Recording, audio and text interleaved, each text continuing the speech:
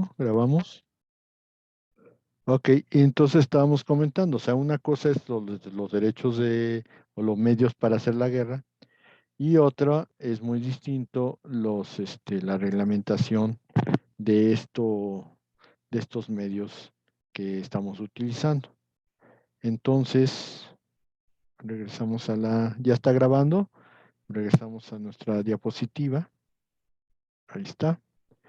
Entonces, ¿por qué esto es importante? Porque, por ejemplo, sí es cierto, los países pueden estar en guerra, pero lo que también es cierto es que tú como habitante que no estás siendo parte de las hostilidades, deberías de tener seguridad de que tu casa va a ser respetada, de que tus bienes no deben ser afectados por la guerra, o en un momento dado, si son afectados, tener la posibilidad de que en una comisión de reclamación tú puedas pelearte y que te regresen o que te indemnicen por daños de guerra que no fueron, que no son considerados. Entonces, eso es lo que maneja con el derecho de Ginebra, en donde, por ejemplo, hay ciertas regulaciones para cuestiones relacionadas con los bienes de las personas que están en los países en guerra o en las regiones donde hay lucha interna. Entonces, ahí tenemos la división entre derecho de la Haya y derecho de Ginebra. Ahora bien, vamos con lo que sigue. Lo que sigue es, en realidad, la guerra es algo que no puedes evitar. Nosotros hemos comentado durante muchísimo tiempo y lo vimos en la resolución de medios y en el derecho de pereguerra, que en realidad lo que debemos entender ahorita es que la paz es una obligación jurídica. Nosotros no debemos entender la paz como la ausencia de guerra. No se podría. Tendríamos que pensar que en realidad la paz es que todos los países del mundo puedan tener en un momento dado un grado de bienestar que la guerra no pueda terminar. Y entonces aquí tendremos que pelearnos un poquito porque en realidad no hay paz si en el mundo hay rezago o hay subdesarrollo. O sea, ay, qué pena, voy a parecer muy convenenciero, pero pues sí, aprovechando de alguna manera lo que dijo el señor López Obrador en la ONU, pues sí es cierto. El único problema es que equivocas tu vocación de hablar de la paz si dices que todos los países son corruptos y principalmente los países más ricos son corruptos. Ese mismo modelo que implicaría que tú crees riqueza en tu país y que impongas los medios impositivos razonables para que entonces esa riqueza se pueda grabar de manera adecuada y poder tener dinero para poder asistir a las personas más necesitadas o a los más pobres, eso es algo muy fundamental dentro de un país. Ahora véanlo hacia el nivel internacional. La verdad es que tenemos muchos problemas en cuanto a que los países ricos no te quieren apoyar. A países pobres, pues ¿cómo? Y eso es parte de una bipolaridad que tenemos en el mundo, pero no la tenemos de ahorita, la tenemos desde hace mucho tiempo. ¿Cómo trataban los españoles a los indígenas en México? Pues de la patada. ¿Por qué? Ah, pues porque era la raza inferior contra la raza superior. Bueno, ¿cómo trataron los estadounidenses a los indígenas americanos? Igual. ¿Cómo trataron los ingleses, los holandeses, los belgas a los africanos? Igual. Entonces, ahí no me digan, es una situación que no es nueva y que desgraciadamente tenemos que entender que los países ricos deben de programar y establecer un sistema tal que la riqueza que ellos generan, pues sí se pueda distribuir en el mundo.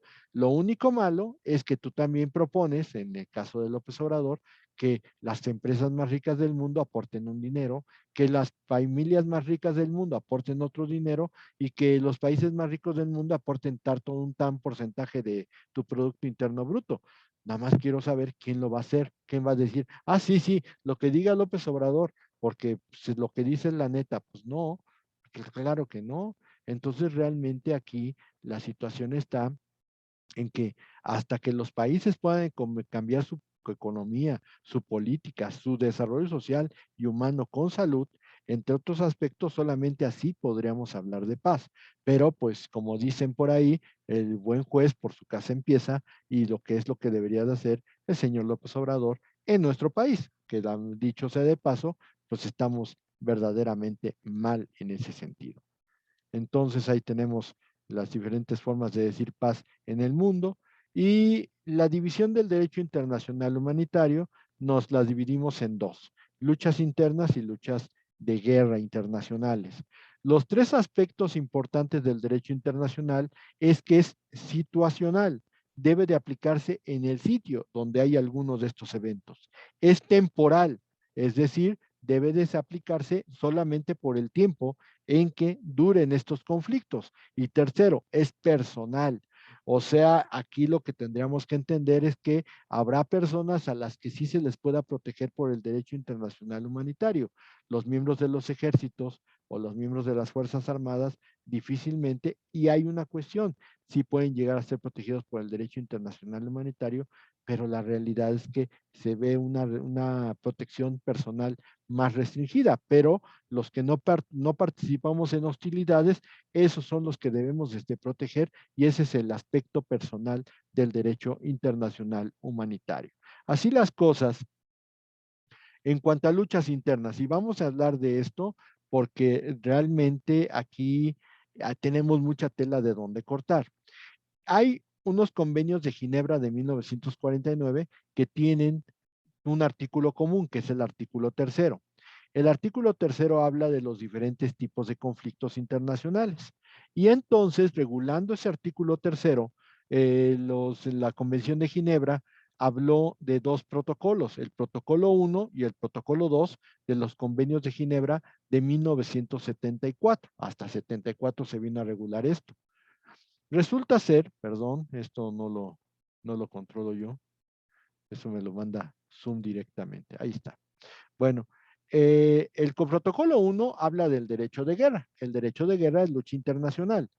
Y el protocolo 2 es el luchas internas, es decir, cuando hay una revolución o hay un conflicto a nivel interno del Estado. Nosotros entendemos por luchas internas, es un conflicto que tiene lugar en el territorio de un país contratante de estos protocolos entre sus fuerzas armadas y disidentes o grupos armados organizados que bajo la dirección de un mando responsable ejercen sobre una parte de dicho territorio un control tal que les permita realizar operaciones militares sostenidas y concertadas.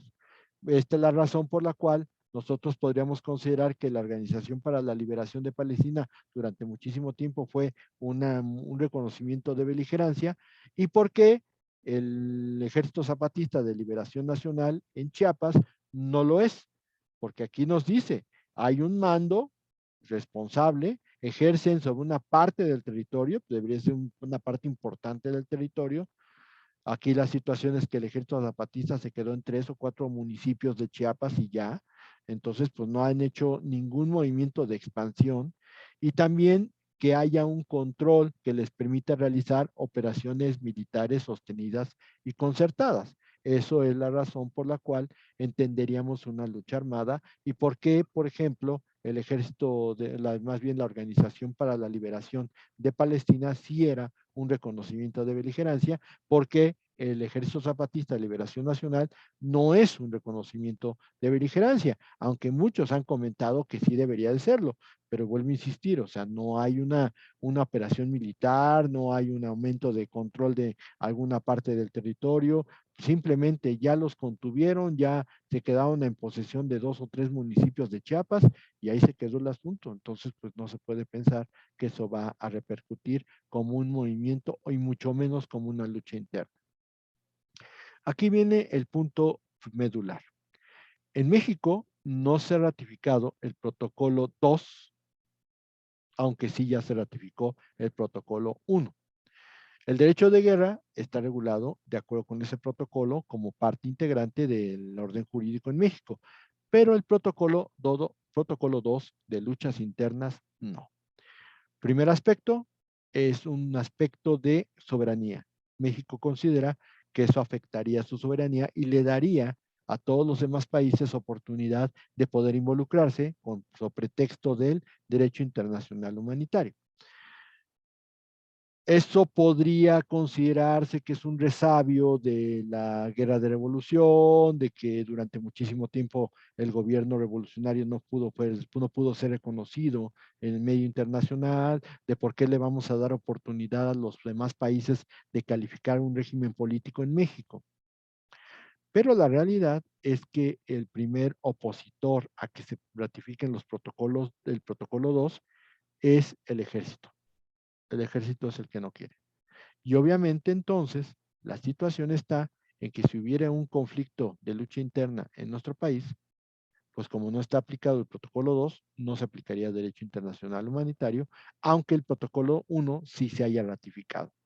Eso es un problema muy serio, porque eso implicaría que todavía, y eso, yo sé que creo que ya lo quitaron, el famoso delito de disolución social con el que procesaron a muchos de los detenidos y de los estudiantes líderes en el movimiento 68, que todavía se utilizó para algunos estudiantes en el movimiento 71 y que a partir de ese momento como que ya no se aplica mucho, pero eso sería la posibilidad de que se pudiera reconocer alguno de estos movimientos como un movimiento armado y por lo tanto se le aplicaba derecho internacional humanitario. Y el ejército no lo ha permitido, no quiere que suceda eso y es muy lamentable y es muy criticable. Eh, Creo que México debería dar un paso más ratificando el protocolo 2 de los protocolos con los convenios de Ginebra, pero, insisto, es una posición más política que jurídica o ética. Es el ejército el que no ha querido, porque de alguna manera se le darían más derechos a aquellas personas a las cuales se podrían considerar como divergentes del régimen, opositores al régimen y que lleguen a actuar en alguna forma de manera distinta. Y eso significa que no hemos crecido como para aceptar que el protocolo 2 debe ser ratificado y que si sucediera eso en México, pues tendríamos que enfocarlo de una manera distinta. Pero bueno, ahí se los paso al costo.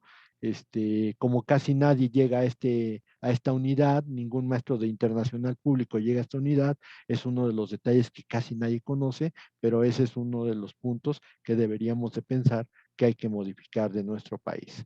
Ahora bien, el protocolo de 2 habla principalmente de situaciones de crímenes de lesa humanidad. El protocolo 1 del derecho de guerra dice que eh, no se aplica el derecho internacional humanitario cuando se cometen actos de este tipo. Para eso se hizo una corte distinta, que es la Corte Penal Internacional, de la cual México es parte. Y entonces se considera que los crímenes de lesa humanidad, en donde no se aplica el derecho internacional humanitario, sino que tendría que ser un régimen, un proceso ante la Corte Penal Internacional, comprenden asesinato, exterminio, deportación o desplazamiento forzoso, encarcelación, tortura, violación, prostitución forzada, esterilización forzada, persecución por motivos políticos, religiosos, ideológicos, raciales, étnicos u otros definidos expresamente, la desaparición forzada, el secuestro o cualquier otro acto inhumano que causen graves sufrimientos o atenten contra la salud mental o física de quien lo sufre, siempre que dichas conductas se cometan como parte de un ataque generalizado o sistemático contra una población civil y con conocimiento de dicho ataque. Recordemos que los judíos en la Segunda Guerra Mundial fueron, pues entre otras cosas, asesinados, exterminados, los fueron desplazando forzosamente a los famosos guetos judíos en algunas partes de Alemania y de otros países que cayeron bajo el dominio alemán en los famosos campos de concentración. Muchas mujeres judías, y aquí tendríamos que hablar que también muchas mujeres ruandesas y muchas mujeres yugoslavas fueron prostituidas de manera forzada, También fueron en algunos experimentos que se hicieron en campos de concentración esterilizados sin haber tenido el consentimiento. Pues obviamente la persecución por fines políticos o religiosos pues también estuvieron. Hay que recordar que en Yugoslavia el problema con las zonas de población musulmana que existían en las zonas de Sarajevo, en las zonas de Croacia, de Bosnia, fueron manejadas de una manera tal como símbolos de que se querían separar estas poblaciones y se le echó la culpa a los musulmanes. Entonces, en las zonas de Sarajevo, lo que se hacía es que el ejército se ponía en edificios altos y cuando veía a personas que presumían, nunca investigaron más, pero que presumían que pudieron haber sido musulmanas, con el criterio de la limpieza étnica que manejó Milosevic durante su presidencia, pues entonces desde los techos de los edificios de pronto soltaban los balazos y eran de manera indiscriminada, eran niños, eran mujeres, eran ancianos, era cualquier persona que estuviera avanzando en ese momento. Esa es una situación terrible. También tenemos el caso de Ruanda, en donde los Zulus y los Silis, o había otra raza por ahí que manejaban los ruandeses, pues también se atacaban porque pues, eran tribus contrarias y entonces se pusieron entre los ojos que los Zulus no deberían de existir y entonces ahí iban a perseguir a los Zulus en Ruanda y eso ocasionó una situación de lesa humanidad. Aquí la situación es que cuando hay este tipo de crímenes que son objeto de la Corte Penal Internacional, pues obviamente es ejecutada por funcionarios públicos o miembros de una organización política, Hitler del partido nazi, Benito Mussolini del partido fascista, también Franco del partido central o no sé cómo se le llamaba su partido, pero también lo tenemos en que los funcionarios de Yugoslavia y Ruanda también cayeron en estas situaciones. No hay claridad de la definición de organización política, por lo tanto, pues los judíos no eran una organización política, los musulmanes en Yugoslavia no eran una organización política, por lo tanto era indiscriminado el ataque. Y actualmente pues, para estos delitos solamente está facultada la Corte Penal Internacional. Por lo tanto, si alguien sabe de un país donde se están llevando crímenes de lesa humanidad, que son todos los que acabamos de hablar, pues obviamente los tiene que perseguir la Corte Penal. ¿Cuál es el problema? La Corte Penal no ha sido aceptada también por un gran número de países y hay que aceptarlo que el hecho de que los mayores o los más importantes países del mundo, como es Rusia, como es Estados Unidos, no han querido aceptar el Estatuto de Roma, pues obviamente eso ocasiona que la Corte Penal Internacional tenga muy poca actividad persiguiendo estos crímenes, porque crímenes como estos se llevan a cabo todos los días.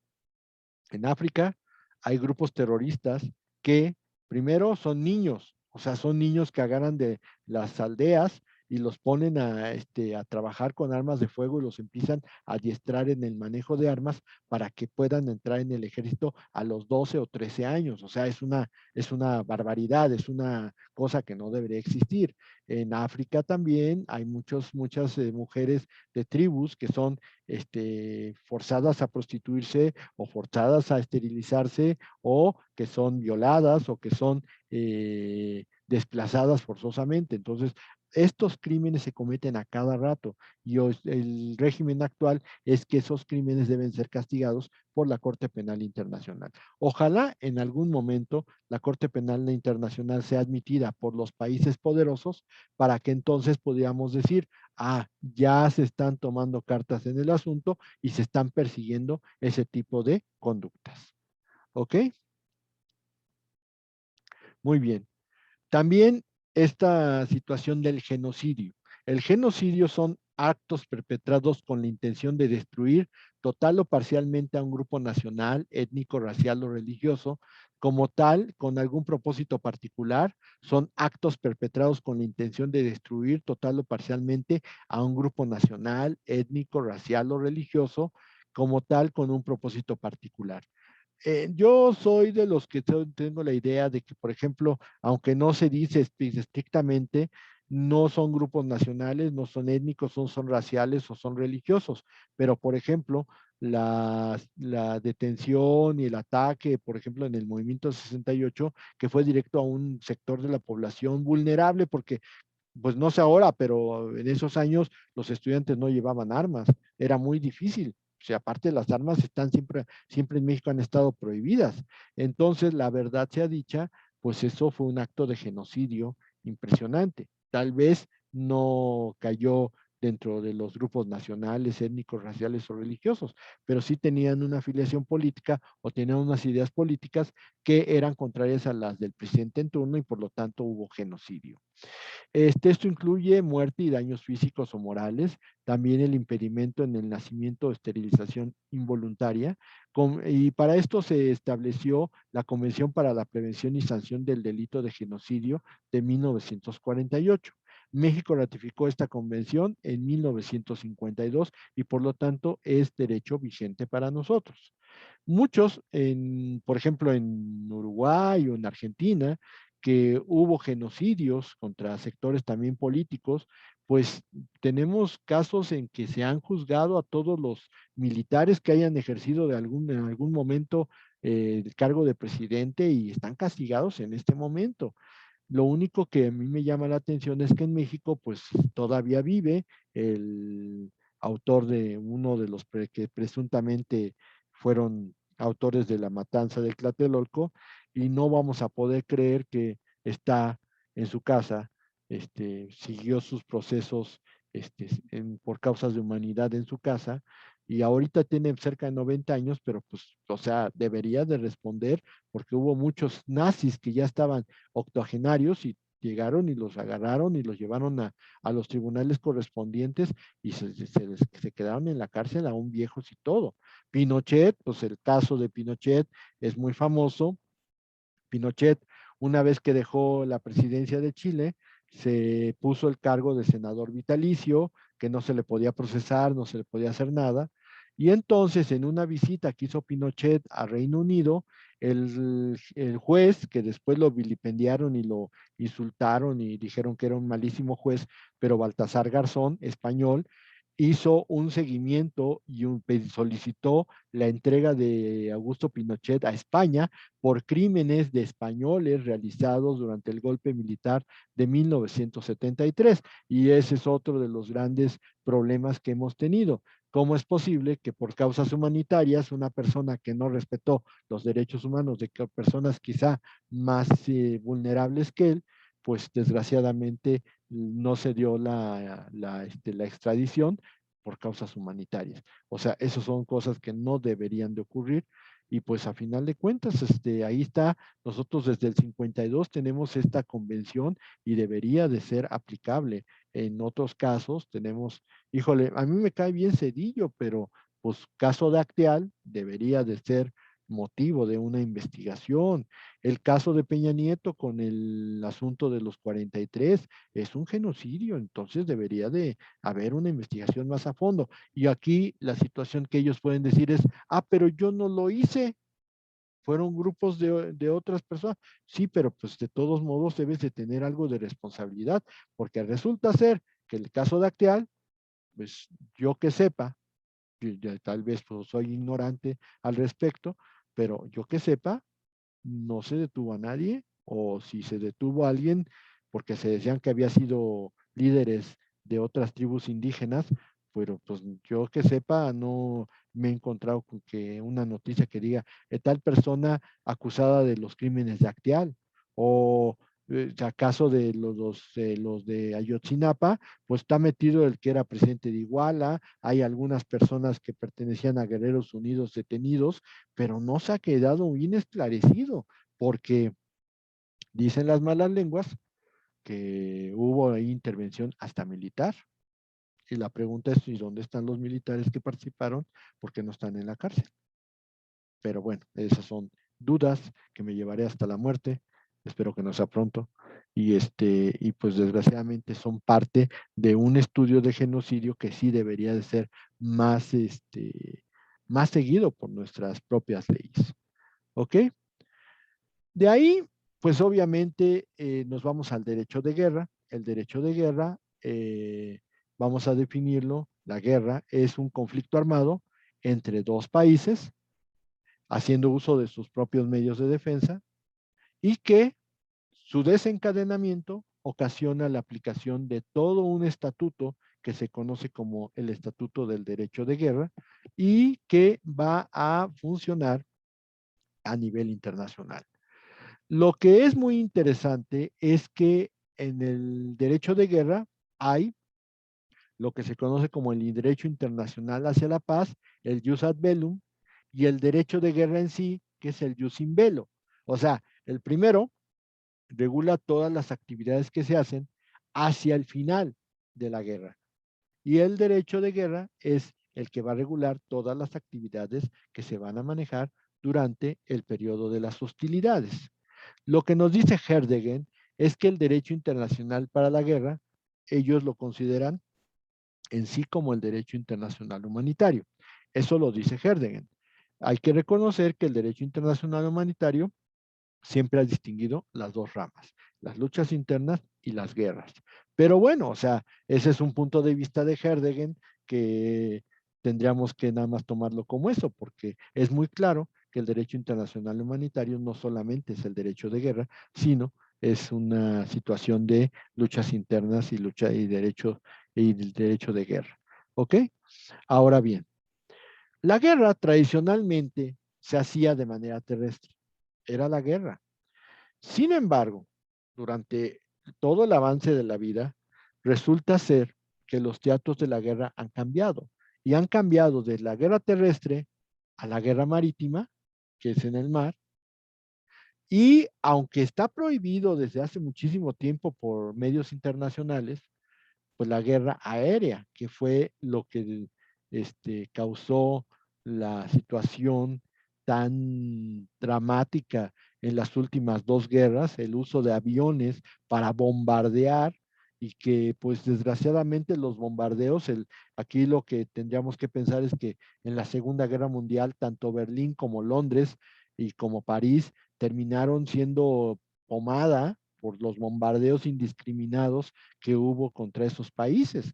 Más Berlín porque el problema con Alemania es que los primeros 3 años de la guerra eran los que mandaban, pero después de que empezaron a perder, pues cuando llegó el momento de que los hicieron sándwich los rusos y los aliados por el lado del occidente, pues resulta ser que Berlín quedó hecho pomada, o sea, no se conocía que hubiera quedado casa tras casa y eso es una situación terrible. Entonces, la guerra terrestre es la que se hace en territorio plano. Generalmente los teatros de la guerra terrestre deben de ser llanos. No se lucha en ciudades, aunque ya en las últimas guerras, pues las ciudades tuvieron mucha intervención. La guerra marítima es la que se hace en el mar, que tiene reglas y tiene reglas muy interesantes. La guerra aérea es la que se hace por medio de los bombardeos y los aviones, que también tienen ya alguna regulación internacional. Sin embargo, hoy el hecho de que no hay un teatro de la guerra específico, hay guerra terrestre, guerra marítima y guerra aérea, pues hay un concepto que se llama guerra total. Cuando hay guerra total, no se puede definir dónde está el teatro de la guerra. O sea, puede ser en la tierra, puede ser en el mar, puede ser en el aire, pero eso se llama guerra total. O sea, no hay un teatro definido de la guerra. Esa es la guerra total. ¿Ok? Ahora, uno de los puntos más interesantes que ocasiona la guerra es que hay dos conceptos muy interesantes que se han tenido que estudiar casi juntos. Uno es la agresión y otra es la legítima defensa. La agresión y la legítima defensa se pudo haber determinado una definición general, pero en el caso de la agresión, pues resulta ser que hay uso de la guerra, de la agresión de manera general y hay uso de la guerra casuística, es decir, se definió por medio de casos, 7 casos o 7 causas de agresión. Entonces, en este sentido, de la definición general de agresión es el uso de la fuerza armada de un Estado contra la soberanía, la integridad o la independencia política de otro Estado. Eso es de tipo general. Las 7 causas de agresión que se entiende es, uno, la utilización de guerra para ejército, de armas en el territorio de un Estado. 2, la invasión, es decir, que los ejércitos traspasen las fronteras para entrar en el territorio de otro Estado sin su permiso. 3, que un Estado permita que entren tropas a su territorio para invadir otro Estado. Ese es el tercer tipo de uso. 4, el bombardeo en el territorio de un Estado también es motivo de agresión. 5, la utilización de mercenarios en el territorio de un Estado para desestabilizar al propio Estado, esa es agresión. Y 7, cuando por alguna razón se utilizan bombardeos o bloqueos en las costas para poder vencer la resistencia del Estado que se está agrediendo. Entonces, esas son causas de agresión. Son 7 que están establecidas en una definición general y casuística en una resolución de la Asamblea General de las Naciones Unidas. Soft law es lo que nosotros entendemos, para que vean que sí existe una manera de que el soft law sí pueda ser vinculante. Y de esta resolución sobre la definición de agresión de la Asamblea General, pues sí tiene una estrategia y unos conceptos que podrían ser muy bien utilizados en este sentido para poder determinar la agresión. Entonces, en general, la agresión es la utilización de fuerzas armadas, bueno, perdón, la legítima defensa es la utilización de fuerzas armadas propias de un Estado o de sus aliados para repeler un acto o la amenaza de un acto grave, inminente, irreparable, del cual no se puede escapar por otros medios, que es proporcional a los actos realizados y que se dirijan provisionalmente a evitar un daño y no imponer un castigo. Aquí esto lo vamos a tener que comentar. O sea, nosotros hablamos de 7 causas de agresión, que ya las expliqué, pero cuando te están invadiendo, la idea es que vas a hacer uso de tus medios de defensa o bien los medios de defensa, incluso de tus aliados, para repeler el acto, que es un acto de amenaza, de acto grave, inminente y irreparable. Si te están invadiendo, la idea es que los miembros de tu ejército o los miembros de los ejércitos de tus aliados y los tuyos, lo que van a hacer es ponerles un alto a ese ejército que está invadiendo y replegarlo hacia la frontera. Ah, ya se fueron del país, ya se cumplió. Oiga, no, pero espéreme, si ya lo hicieron una vez, lo van a volver a hacer. ¿Nos podemos ir del otro lado a darles unos cates para que se comporten? No, porque ahí ya hay exceso en la represalia. O sea, la idea es que tú estás evitando un daño inminente, irreparable.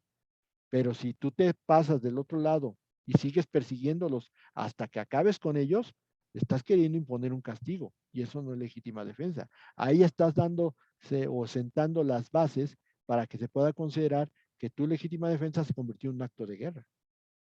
¿Sí? Entonces, ahí tenemos la circunstancia de la agresión y la legítima defensa. ¿Ok? Bueno. El inicio y fin de la guerra es mediante la declaración de guerra, que hoy ha cambiado mucho.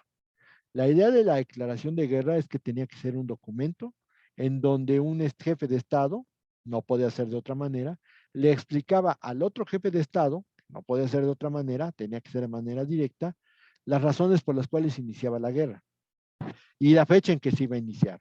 Técnicamente, después de eso, se volvió en imponer un ultimátum. Si tú no cumples esto tal día, voy a agredirte. Te voy a dar un golpe, te lo aviso. Bueno, pues así similar. Sin embargo, con el paso del tiempo, ya la formalidad de declarar la guerra ya no se hizo en papel, sino que se hizo por medio de los medios actuales de comunicación. Y por ejemplo, la última declaración de guerra que yo me recuerdo, pues es la de George Bush a Saddam Hussein en la guerra del Golfo, en la primera, en la 1991, en donde le dijo, señor Hussein, si usted no sale del territorio de Kuwait en 15 días, atacaremos.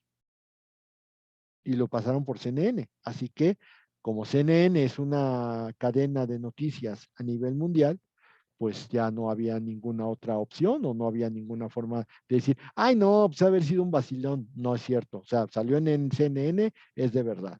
Y efectivamente, aunque no empezaron exactamente 15 días después, empezaron un día después, el 16º día, y atacaron. Entonces, la guerra del Golfo nomás duró 15 días porque pues, los señores, los iraquíes se fueron hacia su territorio, saltaron las fronteras del país y en el momento en que saltaron ya no se pudo seguir atacando a Irak porque ya se había replegado, se cumplió los fines de la misión de las Naciones Unidas y por lo tanto, como eso significaría irle a aplicar un castigo, se paró ahí y se acabó, no hubo mayor problema.